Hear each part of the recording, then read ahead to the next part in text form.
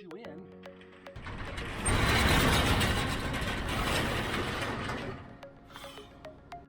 Hey, Mark here with The Art of Thrift. Welcome to my life.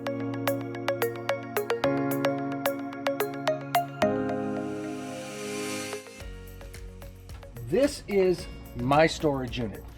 It is 22 feet long, 12 feet wide, 15 feet tall. It is 2 stories, so 7.5 feet roughly per floor, and filled, as you can see. Not just this wall, it goes all the way back and up. We're here today, first of all, to look for 2 things that we're going to show in future videos, which are fairly easy to get to, but besides that, to give you an idea of what's in here. Most of this stuff is for resale. Some of it's my own personal use, because my whole life is really in here. But there's a lot of stuff for resale that I'm hoping to put in the store someday. All of it has basically a theme. It's going to look great in an old-fashioned general store. There's antique to vintage items, as well as quirky items, fun things to see. You really can't see past this wall, but believe it or not, once we get past this, there is an opening and you can see the upstairs, and we're going to be on a search for 2 things. One are some of my Victorian work shirts, because we're going to do a video on how we find those, because they're pretty good sellers. And secondly, the Victorian candy jars. Sort of, they're concocted. Kind of a popular thing right now, where people are finding glass candlesticks, candy jars, and marrying them together into these concoctions that would look great in an old-fashioned candy store, which I plan on having part of in the store. Let's get started. Help me. Getting some of this stuff out of the way so we can get to it. Pictures, easels. This is something of interest. This antique mirror, 1930s, so going on 90 years old. This is part of the Monterey furniture collection made in Southern California during the silent film era. It's extremely popular and highly collectible. Diane Keaton, major collector on this. Character actress Sue Ann Langdon, she and her husband collected for years on this. This is a bedroom mirror that went with a dresser, all hand painted, handmade. Very, very expensive stuff. Found it at a thrift store. $2. It'll probably retail somewhere around $100 for just the mirror. It's in fairly good condition. There is one of the decorative knobs missing. Someone can either replace that easily enough. I don't think I will. I'm just going to sell it as is. But that's got a great history behind it. Very popular. There are, for instance, 2 desks made by the man who made it originally. One sits in the home and museum of Will Rogers, and the other one sat in the house of Sue Ann Langdon and her husband Jack. That desk is worth somewhere around $12,000. Amazing. All right, let's keep moving, see what else in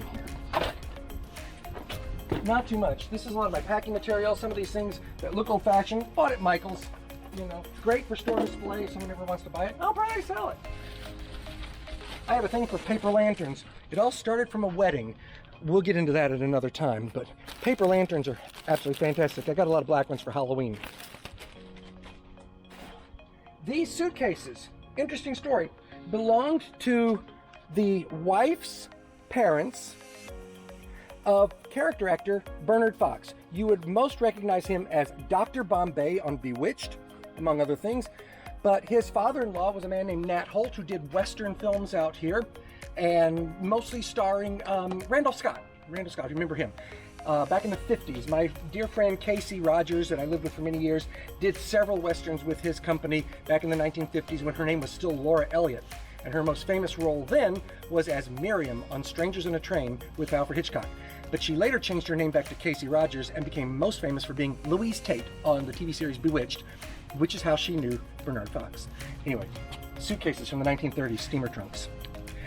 They're probably worth a fortune. They're in pretty good condition, but I just love them, and I'm going to be using them for store display, also for storage in the store, in Insight storage display. But right now they are filled with the Victorian work shirts that I sell. So I got to get this stuff down off of it so I can pull out a few of those shirts to show you and get them uploaded for sale. Let's go. All right. And that's all I'm going to come across now for a little bit. Wait, but that's not true. Keep filming. All right, this box. This is a bit of a sad story. These are the love letters sent to Casey Rogers during World War II by her fiance. They got engaged right out of high school. He went to war and he was killed in 1945. She saved all the letters in these boxes. There's also a few personal effects, and there's some photographs, etc. I'll open them up in just a minute. We'll go through it. His name was Tommy Hunter. He was Scottish born, but he grew up and graduated from Burbank High School.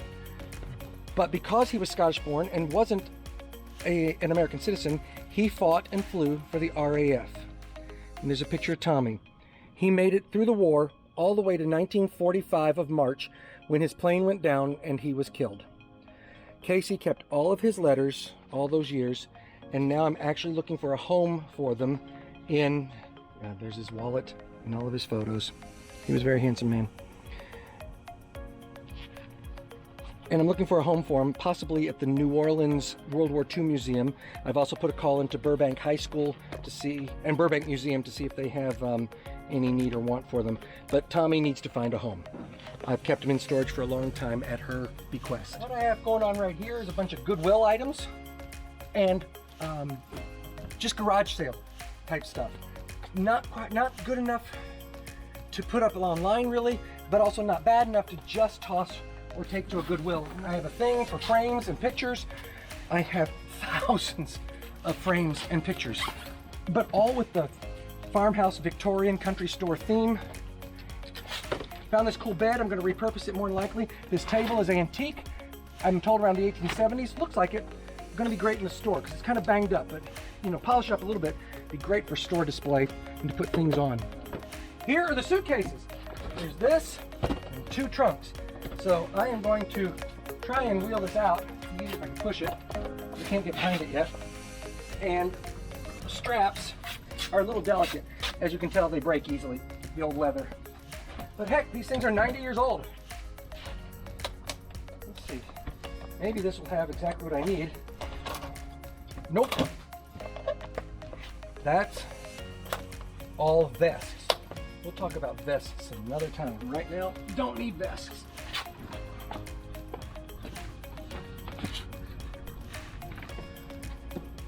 All right, let's check this one.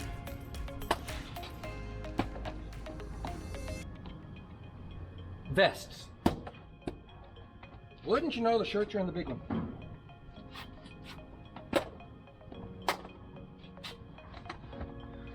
Actually, that might not be true. Come on in. You might even can see a little bit upstairs.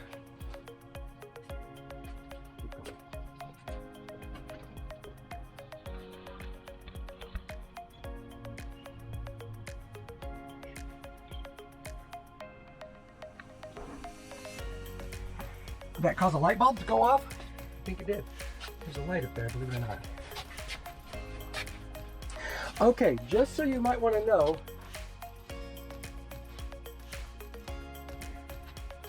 we are not going to get to the glass candy jars today.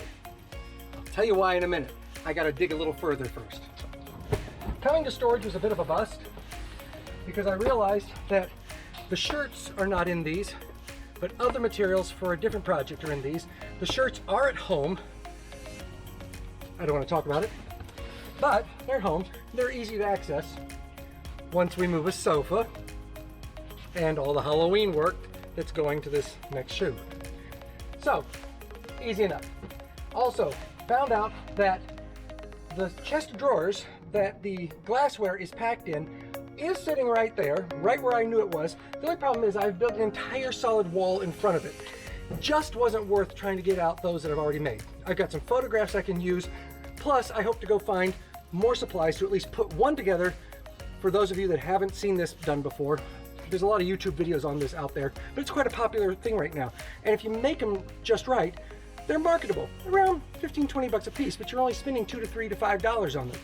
Not a huge markup, but if you make several of them and someone wants to buy 3 or 4 of them because they look better in a display as a grouping, then you're making a decent profit on them.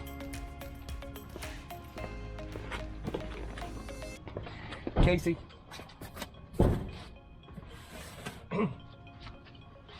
Let's see.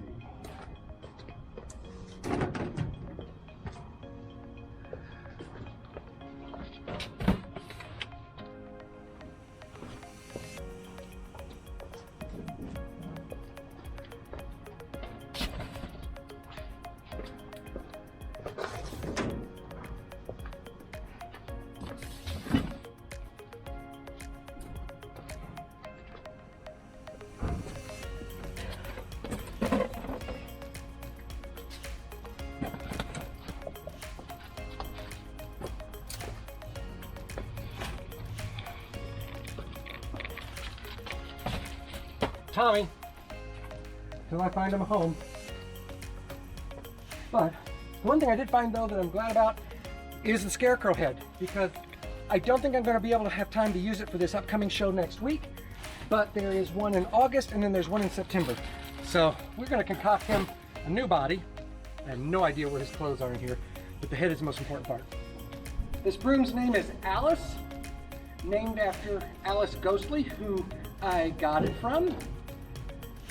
It does not fly, but I have to say hello to Alice every time I'm here. And she does help keep the place somewhat dirt-free.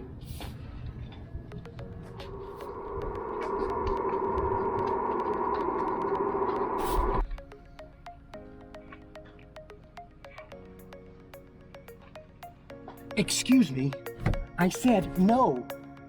What would they think if they knew you could actually fly? Alice, come on. You know the rules. Rules are rules.